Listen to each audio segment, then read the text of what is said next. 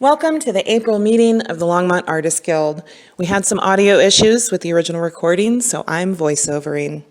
We are super excited to announce a new page on the website called Meet the Member Artists. Please email us one strong image, a link or email address, and the correct spelling of your name, and we'll add you. Congratulations to the winners of the Great Frame Up Show and Dan Hollingshead for being an awesome judge. We had 2D, 3D, and photography. So the winner of 2D category is Susan Stephen. She received this lovely ribbon here, as all the winners did. This is Wild Columbine. This is Joe Sutcliffe. He did this clay mask called Elegant. Really gorgeous work there, very mysterious. And here is Macintosh Fire and Ice by photographer Jennifer Coombs for Best of Photography. This is Lake Macintosh covered in ice at the sunset. We are having our June show, very excited, 9th through the 13th. More information coming. Application will be due May 22nd. Cash prizes.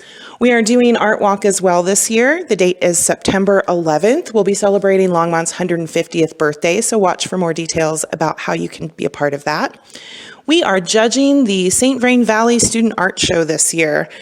Last year, or the last time we did the show, I believe there were 10,000 pieces of artwork. Also, we are starting a television show you may have seen in our newsletter. We'll be premiering in September. We need guests. More information about that available on the website. And today's guest artist is Dawn Buckingham, presenting the benefits of critique in prep for next month's actual critique facilitated by Rick Delago. Take it away, Dawn.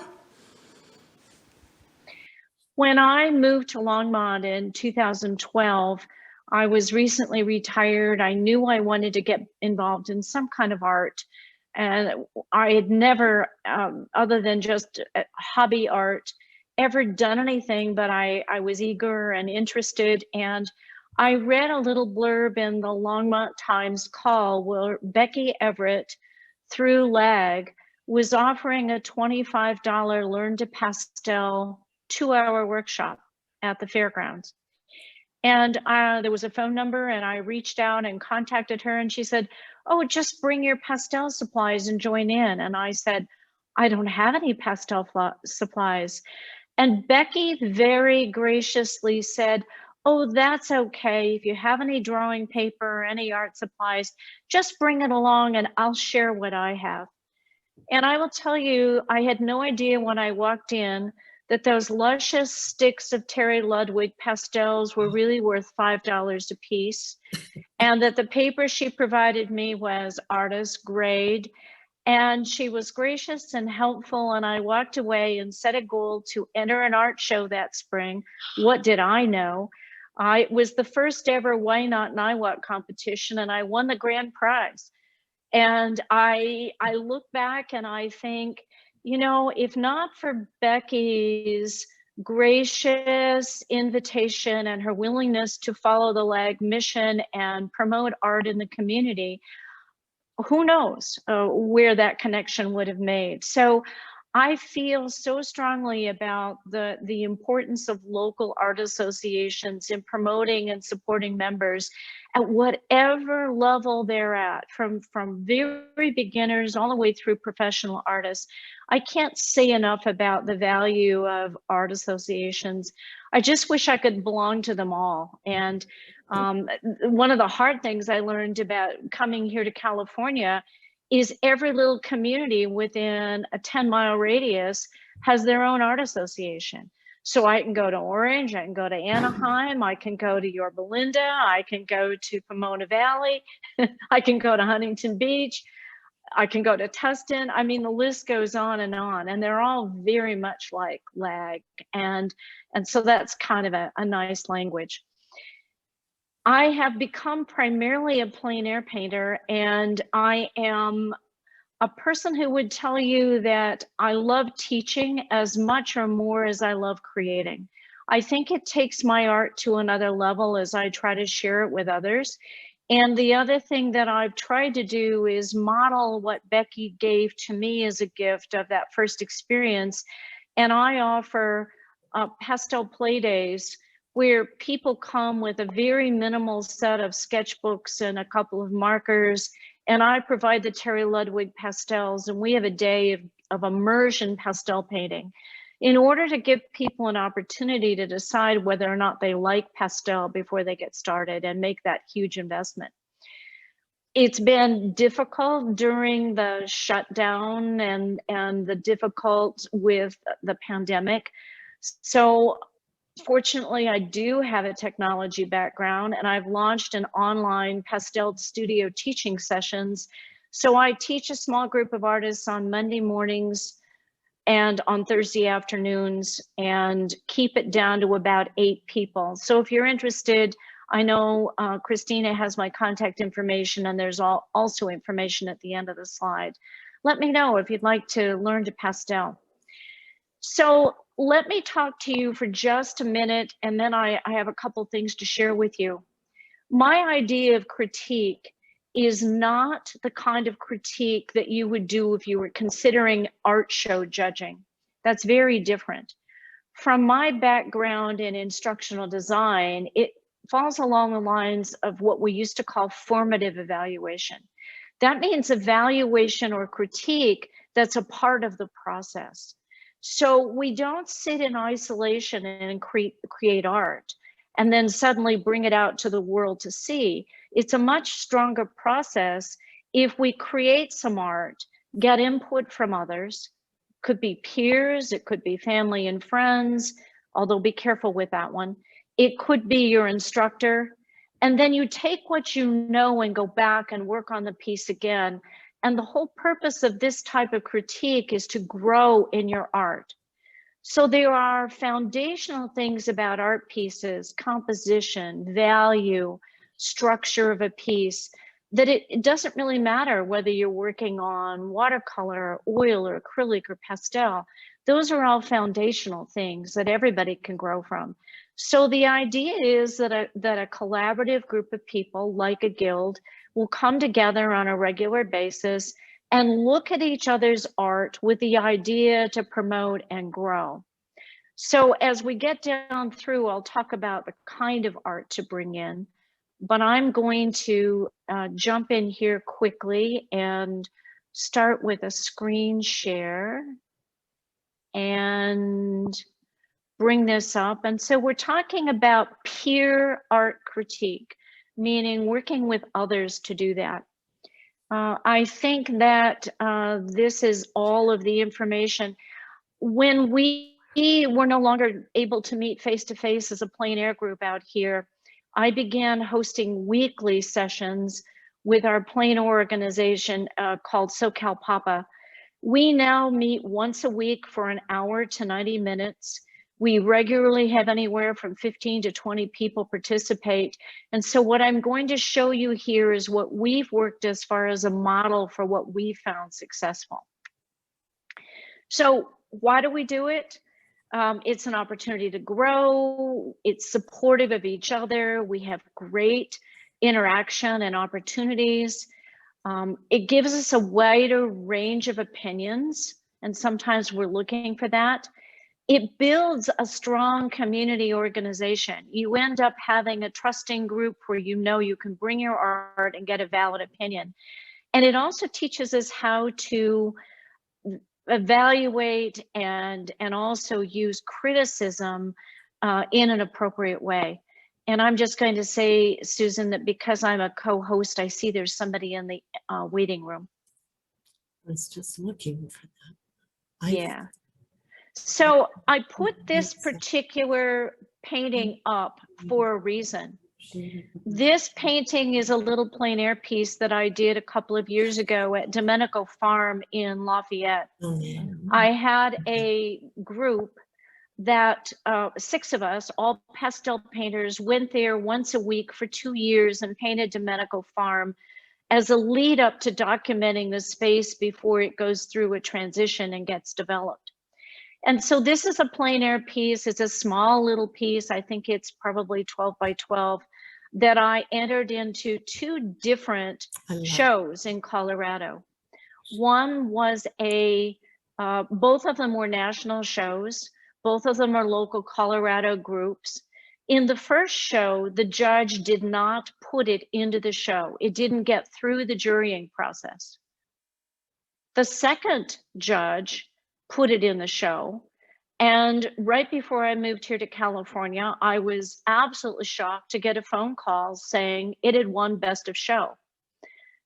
So my point in telling you this is keep in mind that when we evaluate art, it really is from the perspective of the person who's doing the viewing. And you have to keep that in mind as you look at it. And if you get criticism on a piece, one of the things you have to learn to do is evaluate that criticism and decide whether or not it's something you want to listen to, or whether or not you say, gee, that's interesting, I'm not sure I agree, and move on. Had I been discouraged in not getting this piece into the first show, I never would have entered it in the second show. And lo and behold, it won an award. So not that we're all trying to win awards with our art, but that's just to help you understand that an opinion is just that. It's an opinion. And it's for you to take and evaluate, and then you get to decide what you do with that. So with that in mind, I love this. This is something that is coming around on the internet regularly. And it says, a young artist exhibits his work for the very first time, and a well-known art critic is in attendance. The critic says to the young artist, would you like to hear my opinion of your work? Yes, the artist replies. It's worthless, the critic says. I know, the young artist replies, so tell me anyway. So I think that's a really good thing to keep in mind.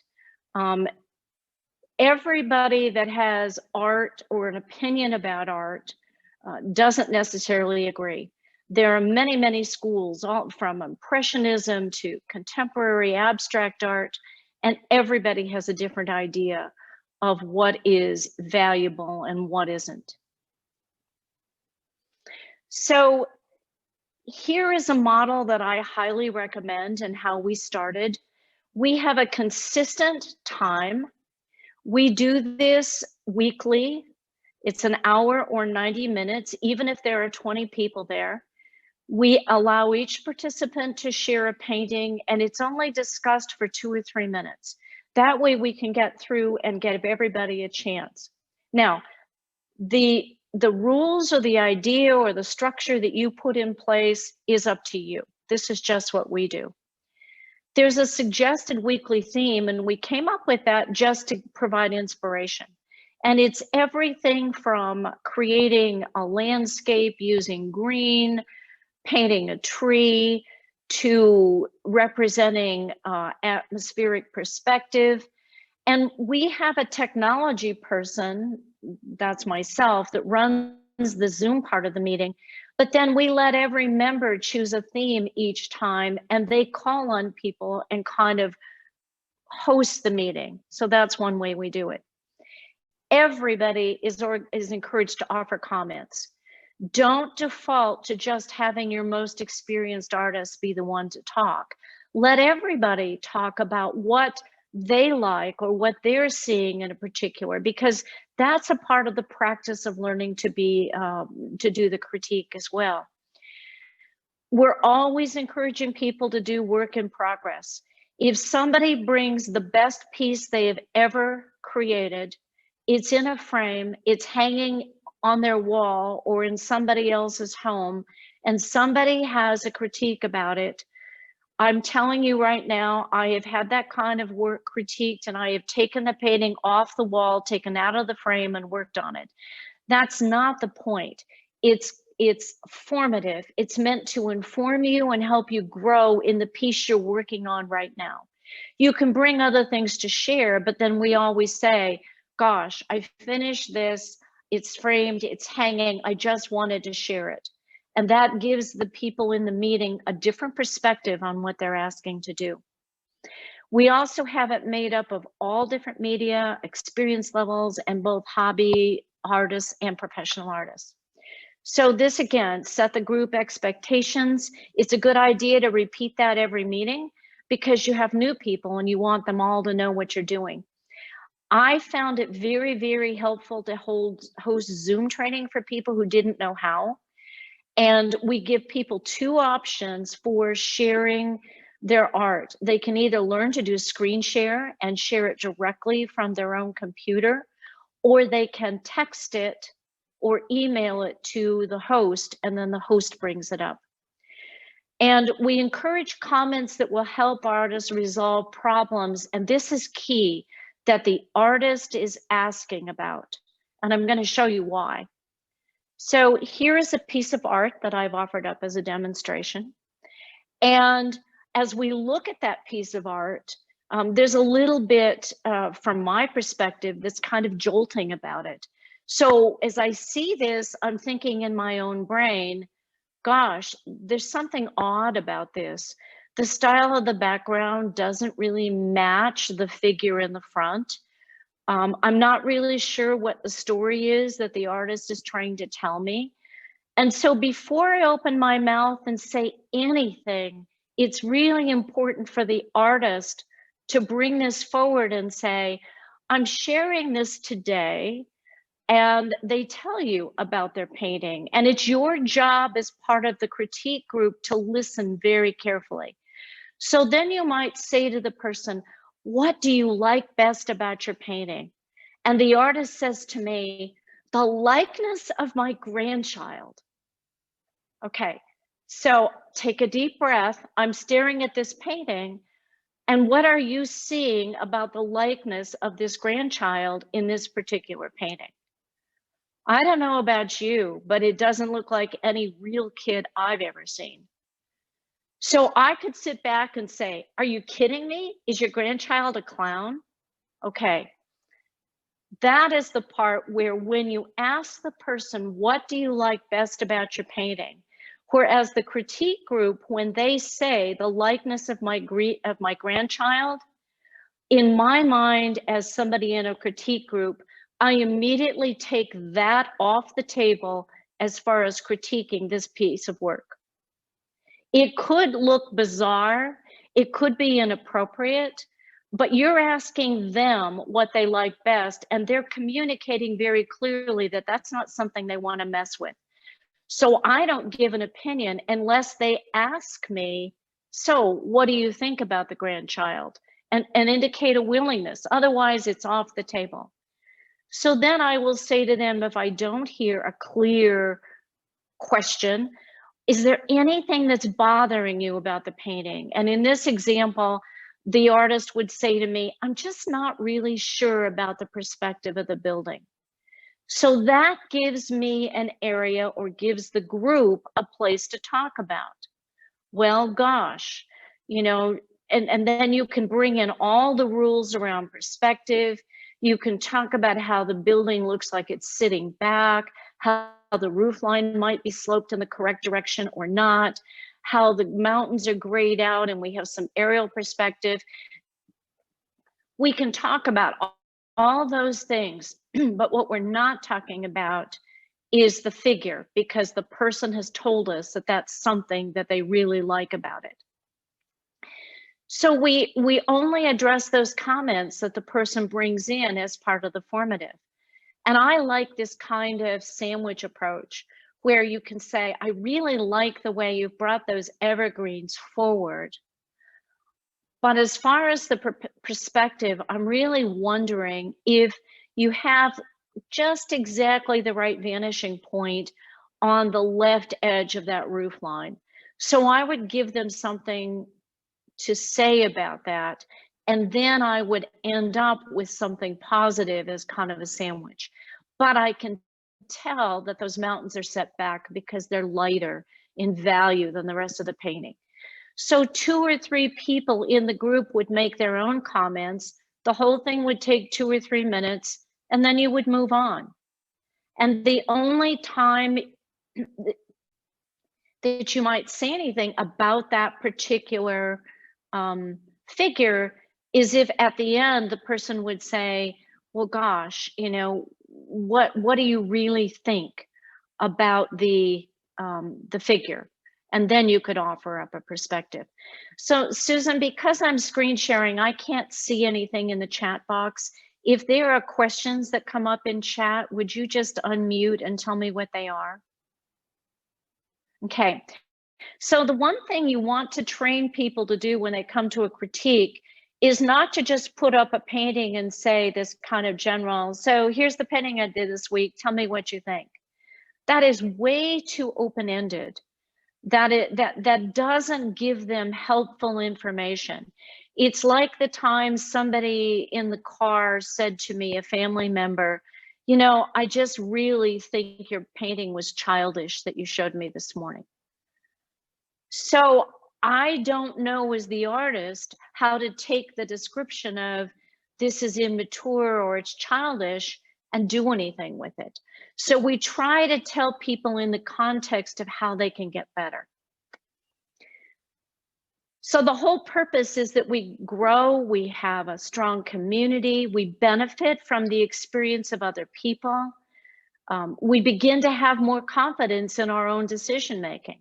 Somebody can say, well, I really think your mountain should be darker. And I can go back and look at my painting and think about all the other sources of information that I know about painting aerial perspective and think, no, I don't agree with that person. And then I get to make the decision not to change it. Sometimes we do art just for the process, and it really doesn't matter what the outcome is. And if you create a piece like that and you bring it to a group, you can say, it doesn't matter to me whether or not it has wonderful composition or strong values. It just made me happy to do it. And I hope somebody else will see my happiness when I share it. That's very valid. We also then will begin to see art from the perspective of other people. We'll grow in our understanding of how it's judged in any specific moment. It helps us understand when judges make critiques or talk about art when they pick things for a show. And I think probably the most important reason is the LAG mission. And that's that we're promoting the creation of our original art. We're giving educational programs, including a Zoom lesson. And we're working with the community as through art appreciation. And that doesn't have to be just exhibitions and shows. It can also be through these critique sessions that you do. So I am going to stop sharing this screen and look down here and just take a picture. Okay. Okay, so some people submitted art for today, and what I would really like to do is model this by bringing a piece up and having us unmute and asking and walking through this process with the pieces that were submitted, if everybody is in agreement. So before I do that, does anybody have any questions? Does it make sense? Okay, all right. So I don't have any particular order here. I'm just going to bring them up in the order that I received them.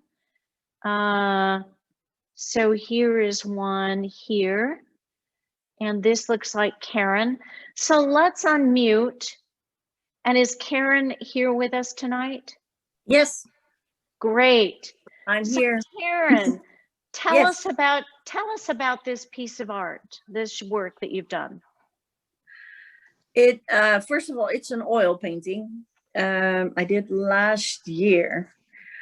The scene, or yeah, how do you call it? The scene is from an old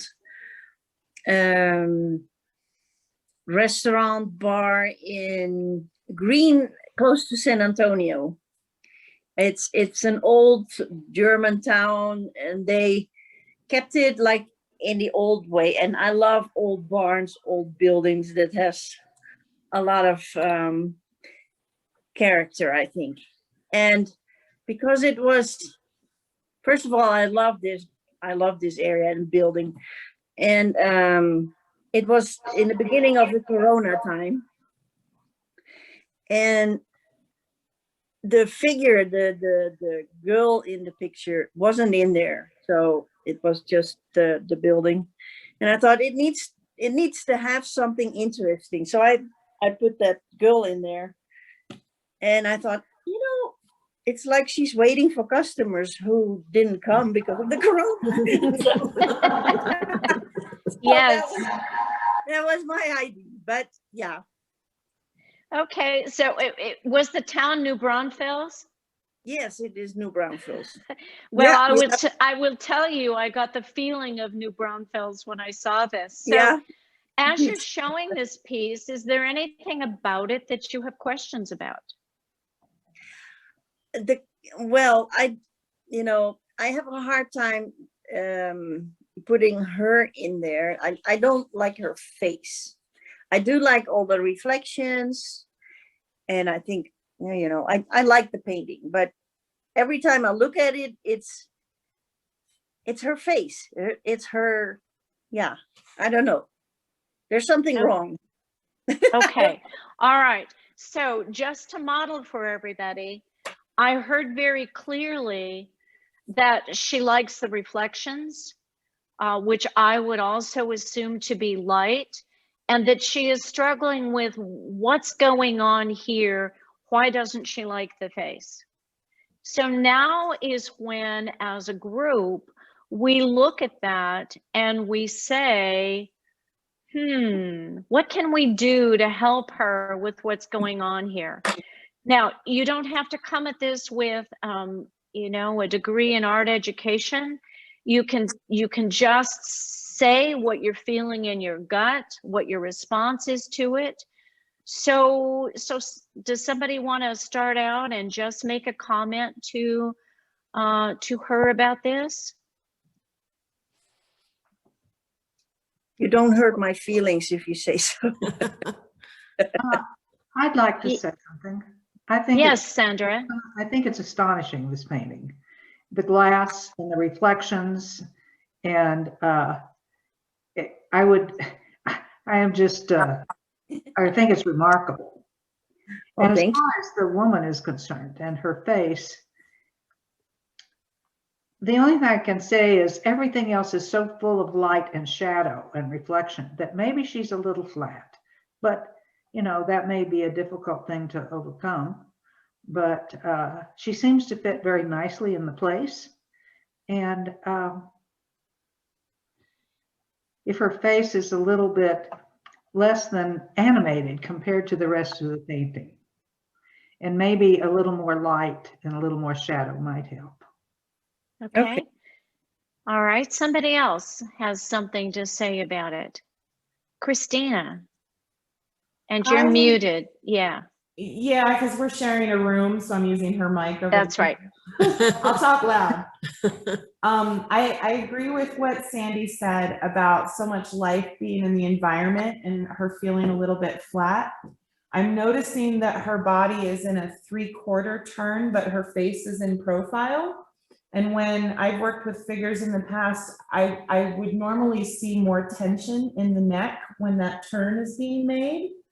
And where the light is falling, where it's kind of like patchworked in a diagonal through the piece from the upper right to the lower left, I would like to see that mottled light falling over her forearms as it falls down the chair and over the table. It kind of draws the eye that way anyway. So maybe that could help bring a light part forward and a dark part, receding, and give a little more life to the figure that matches. Yeah. There's a little bit in there, but not enough, I guess.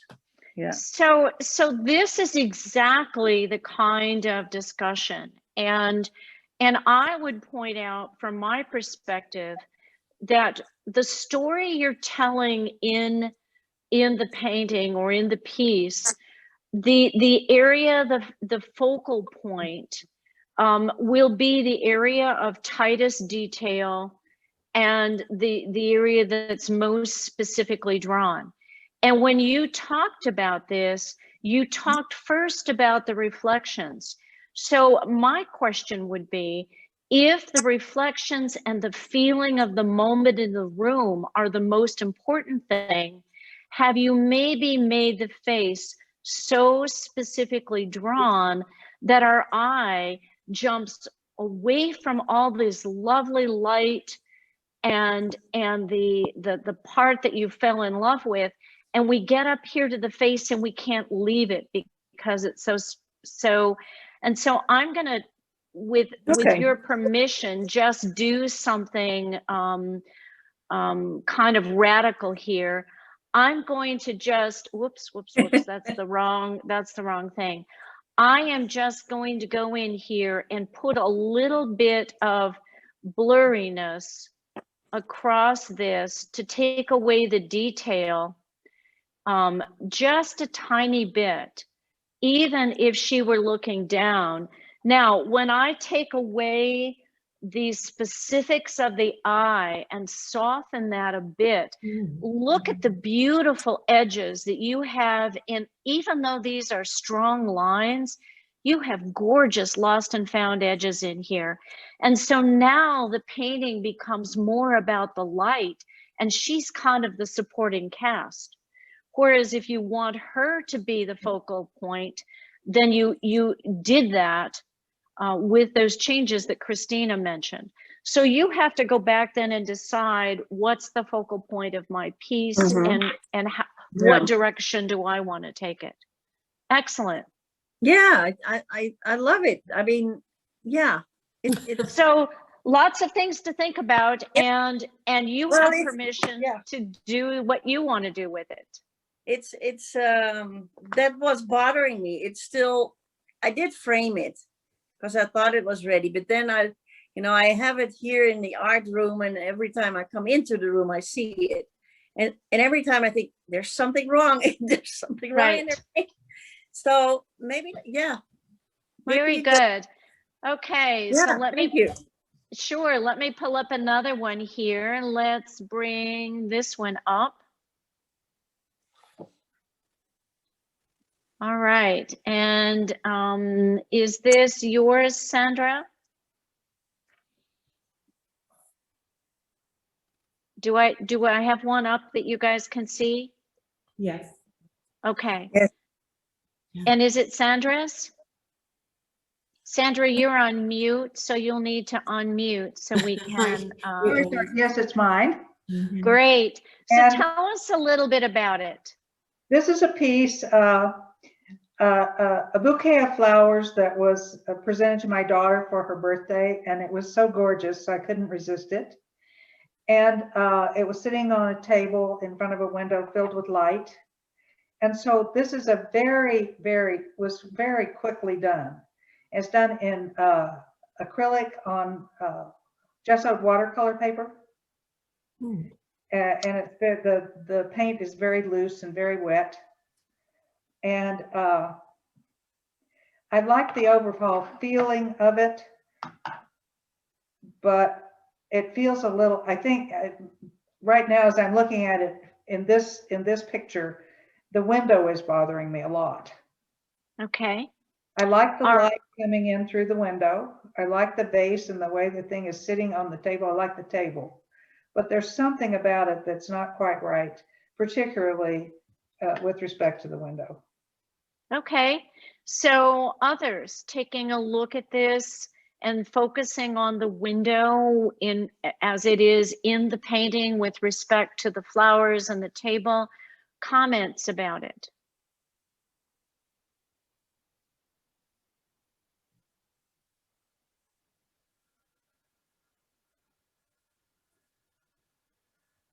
Susan. Sandy, that's wonderful. I love your style. It's very kind of stylized. And you said it was a quick piece, so that's fantastic. I like the blue in the table. It kind of helps break up the planes and so forth. I don't, the window doesn't really bother me. It's on an angle, but I think if it was straight up and down, it might be too static, the whole piece. I feel that window gives it kind of a more interest. The only part really that kind of caught my eye that didn't bother me, but I felt needed a little bit more is your, the bottom of the flowers as it goes into the vase. There's a leaf, a big green leaf, and the values of that leaf and the blue table are Yeah. so similar, it Yes. just kind of disappears. So maybe just a darker value shadow under that leaf to help kind of balance that whole side of the arrangement of the flowers. Yeah. Susan, I think your observations are right on. It is lovely, lovely color. I love that turquoisey teal against the orange and the red flowers that stand out. I would say, again, I'm going to jump in with my annotate here. Anytime we want to call the eye's attention to a particular area, we make sure that it is the most detailed and distinct. And so you have a couple of things going on here. One, you have one of your hardest lines in the entire painting being right here on this wall. And you have that pointing almost exactly to the corner. So what you're doing is you have a lead in, the eye tends to come up these flowers, it zips over here to this line, and you exodus right out of the painting because of the strength of that diagonal line that's up there. So if I go in and lighten that a bit and bring down that contrast, the eye tends to stay more in the frame of what you want, which is these lovely, loose, stylized flowers that you've drawn. So for this piece, I would say that's the only thing that I would do, and that is to get rid of that harsh diagonal that pulls us in and then zips us right out the upper left corner of your painting. We don't have a reason to stay. And if you soften that, it's going to pull the eye and keep it here on those lovely flowers. Wow, thank you. I see that. Sure. Excellent. Sure. Okay, anybody else before we move on? All right. So let me bring up another one then. And I've got this piece. All right. And Christina, is this yours? Yes. All right. Tell us about it. You want to trade? Oh, yes, hold on. As we play musical artist chairs there. Yeah. Okay, this was a collaborative piece I did a few years ago. The figure of the woman and the dark background was done by my collaborator Flu. The creature with all the patterns was done by me, and it was kind of like a pass it back and forth over a few hours in an evening. But as we talked about it, it sort of became this metaphor for what we dream about, and maybe, you know, that we can't control what our dreams are. So it was supposed to have a little bit of an ominous feel, like this woman was vulnerable while she was sleeping, and here comes this beast. It might be vicious, but it also might just be creativity. So we wanted the viewer to sort of interpret what that beast might be to the sleeping woman. So it's done all in ink. A lot of people think Flu's style is little pieces of tape or old videotape pieces or whatnot, but he does it all with ink. Mine was through Micron pens, but it's all black and white, and the gray areas are just watered down to create the different values and tone. So is there anything you want to ask the group about this piece? Yeah, I think we made a mistake in making the ground so all one tone. It's hard to make blacker blacks. I think at this point, with all the black that's on it, we would probably have to add white to create a depth, but it just feels very flat to me. And I wondered if there was something that could be done to the beast or to the black background that could give it more depth, because it is heavily in shadow. Comments from the group?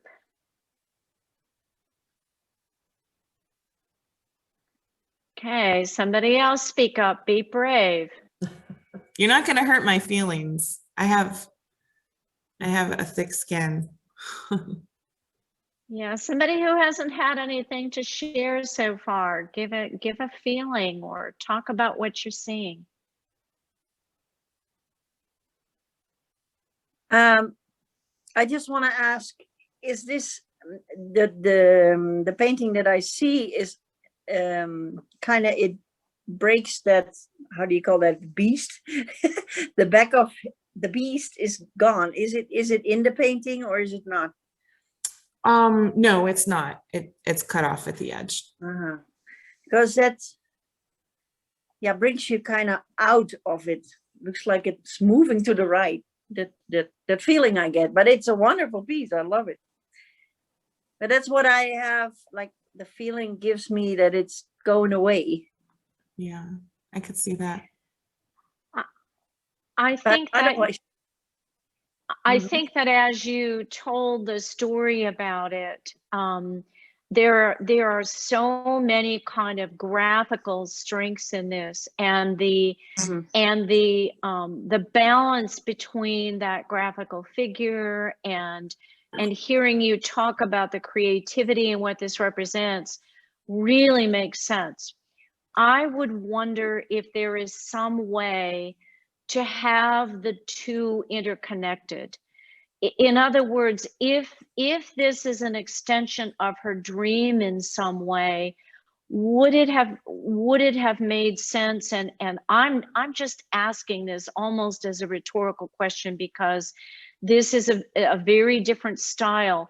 But what if there had been some connection between the two parts of the painting, or an overlap where this came underneath her and around? I'm wondering if it would hold, because it risks, because of the difference in style and the difference in media, all in the same pace. My eye is trying to connect them in some way, in addition to the visual part, or the emotional part. Now that you've explained it, I get it. But before you explained it, I was trying to figure out how they were related. That makes a lot of sense. That's actually, kind now that you say that, I would want to wrap something around her foot there. Like, yes, the monster gets your toes while you're sleeping. that could have been the other thing. And then as far as having it go off, I think often we get too caught up in framing everything. And I think there's a lot of strength to pieces that fall off the edge. And you will talk to a lot of artists who feel like they need to fall off the edge in at least 3 sides of their painting. So from my perspective, that edge doesn't bother. I think it's very good that this foot doesn't go directly to the corner, but I just want to see some kind of connection between the two parts. That's really helpful. Thank you both. Sure. Yeah. And I will tell you, from my perspective as a landscape impressionist, to be pushed to talk about work that is out of my comfort zone strictly comes from a place of emotional feeling. I just, I can only tell her what I'm feeling and seeing, and then she has to decide whether that's valid or not. So, Susan, I think this is your piece. Yes. So tell us about it. Well, watercolor, if I remember. This is an older piece that I was experimenting with a completely different style and medium, and just kind of playing with shapes mainly.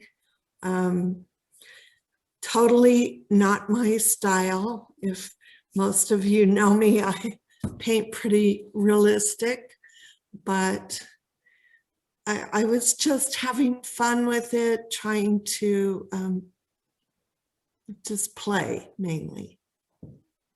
So any questions for the group about it?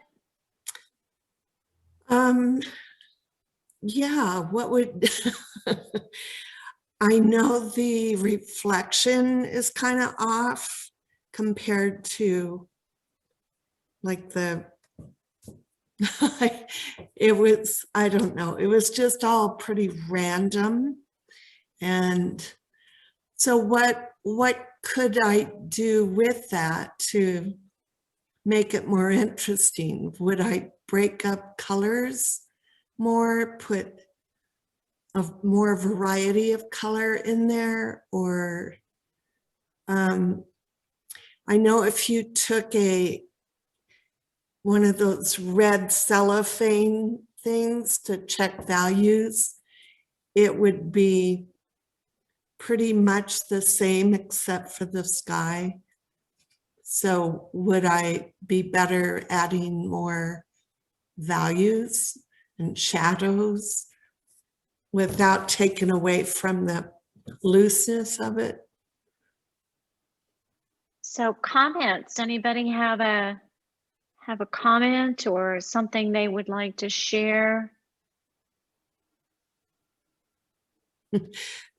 It's a hard piece to critique.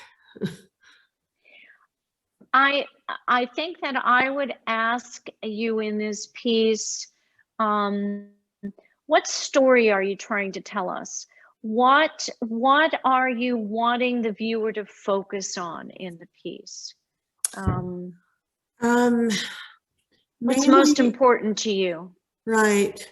I think I'm real big into color. I do like strong colors and shapes as well. I didn't want it to really be more about a perfect landscape, Right. but So I'm going to tell you that I think your color is wonderful. I love the vibrancy. I love those tealy aqua blues next to the oranges. I think that is right on.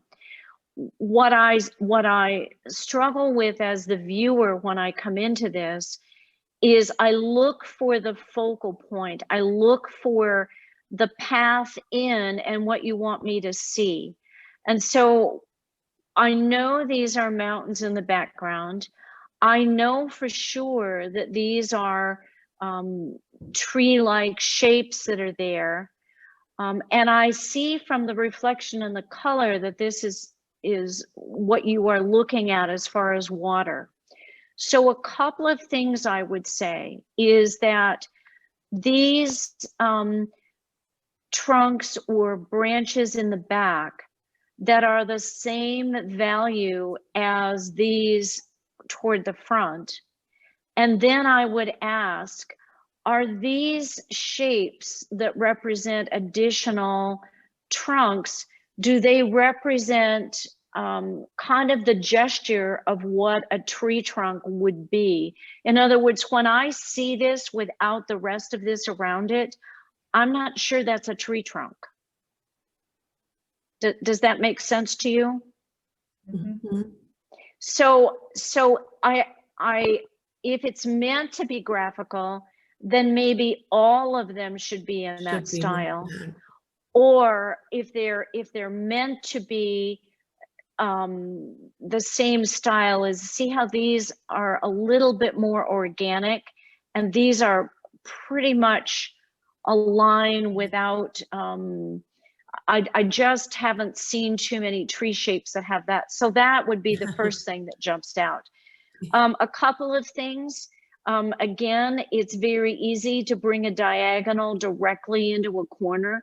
And when we do that, we send the viewer right out of the painting. And then the one other thing to think about is whenever you're representing water, even if it is in a graphical stylized form, water is always flat. And so you've done a great job on this side, pretty much giving us that idea of flat water. But as we go back on this side, it could be even stronger if this was a series of little horizontal lines rather than a curve, so it doesn't look like it's flowing uphill. Okay. Does that make sense? Do you see how that tends to flatten that water out and it reads water a little more? Mm-hmm. If I make those a series of horizontal lines. Right. And that's way too dark, but it was just to illustrate. I'll tell you what is lovely about this is that complement of the purple with that orange sunset in the background and this wonderful variation in the sky as you go up. And you've got some nice reflections there going on. You might want to add a little bit on top so we know what's being reflected in the water. Mm-hmm. Yeah.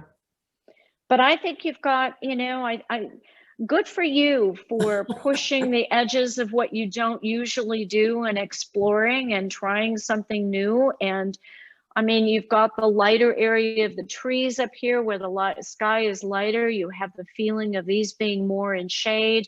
There's a lot of really good stuff going on here. So does that give you some hints about where to go with it? Yeah. What does Christina had something she wanted to complain about? No, I just wanted to say I love this, and because it's not in particularly your style, I knew that it was a play piece, and like the light in the sky feels really muted, but you've got these really strong shadows coming out from the base of the trunk. It feels almost alien, like it's a Mars landscape. And the trees are moving in a way that we wouldn't expect trees to move. So it has this like mystery feel, like this is a place we kind of know, but you've never actually been there. I just wanted to say that. Oh.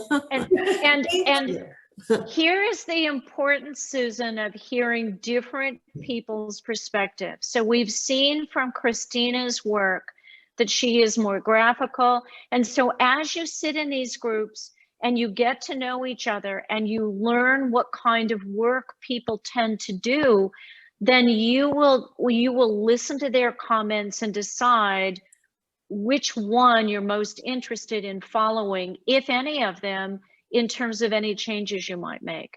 So that's the value of this, is none of us are right and none of us are wrong. We share an opinion based on our perspective, and then you get to pick up and decide what to do, if anything, with your painting.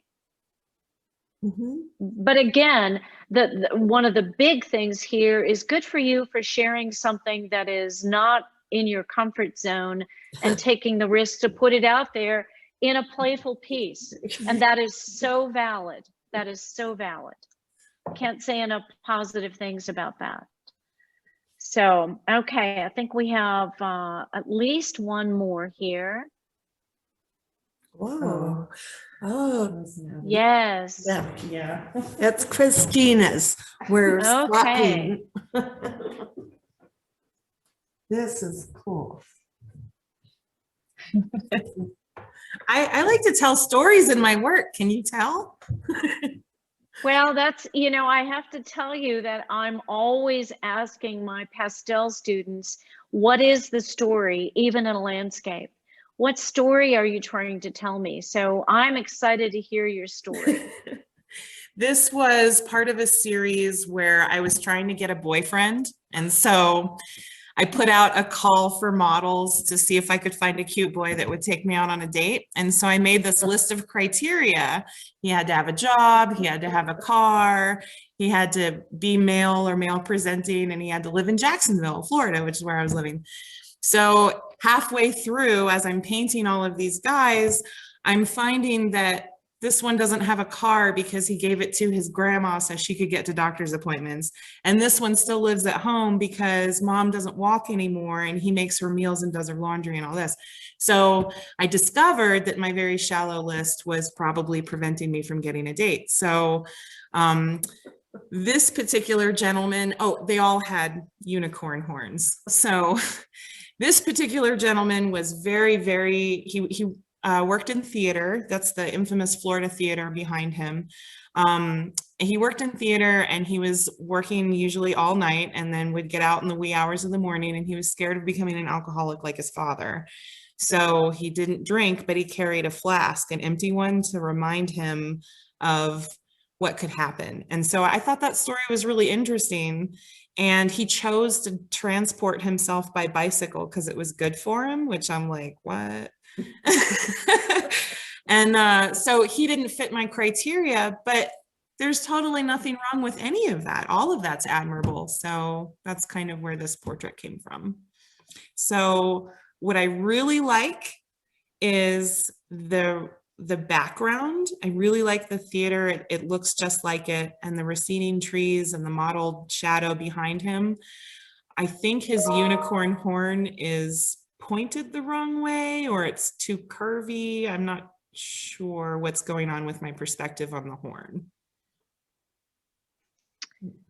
Well, having never seen a unicorn, I'm not sure what the proper perspective of a unicorn horn would be on a human figure. Maybe straighter than that. I don't know. Anybody else? The unicorn.